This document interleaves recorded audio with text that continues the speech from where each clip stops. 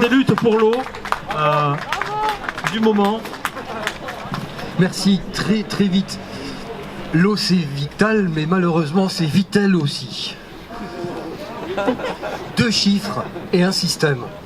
Il y a 2 ans, une panne informatique de la logistique. Approche bien ton micro. Et c'est 400 camions qui sont stationnés devant les quais d'embarquement un matin. D'accord ? 2e chiffre, 80% du foncier agricole appartient à Nestlé sur le territoire. Le système, c'est un système colonial.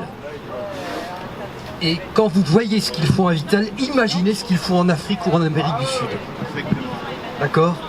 Eh bien, ce système colonial, il s'est construit avec la complicité des élus, de l'administration, je dis le préfet, mais au plus haut sommet de l'État, vous savez que M. Macron est issu du système Nestlé. Ses liens de proximité avec l'ancien PDG de Nestlé, Peter Brabeck.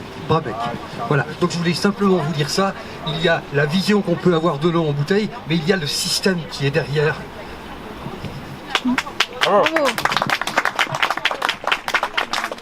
Bonjour, je représente le collectif Au Bien Commun 63. La belle histoire des eaux de Volvic commence en 1960 pour se terminer en 1993. En 1993 était produit 200 millions de bouteilles tout en verre de 1 litre. En 1993, Danone prend le contrôle des eaux de Volvic et c'est 1,750 milliard de bouteilles de 1,5 litre tout en plastique qui sont produits chaque année. Ça représente 3,8 millions de mètres cubes. C'est équivalent à l'eau qui manque en période de sécheresse dans tout le Puy-de-Dôme. Le système de l'impluvium est particulier, ça découle sur des sources qui irriguent une pisciculture, la plus vieille d'Europe, qui est en train de se détruire par manque d'eau, et va alimenter 3600 hectares de terre avant de se jeter naturellement dans l'Allier. Danone, curieusement, augmente tous ses prélèvements l'été de 20%.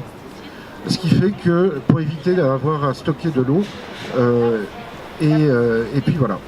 Alors, qu'est-ce qui s'est passé? Pourquoi une telle augmentation de prélèvements? C'est très curieux. 5 des 6 puits de Danone sont totalement illégaux. Nous sommes en procédure depuis plus de 4 ans maintenant. Toutes les expertises montrent la relation de cause à effet totalement évidente entre les prélèvements de Danone et le fait que tout l'aval de l'Allier soit complètement à sec l'été. Voilà.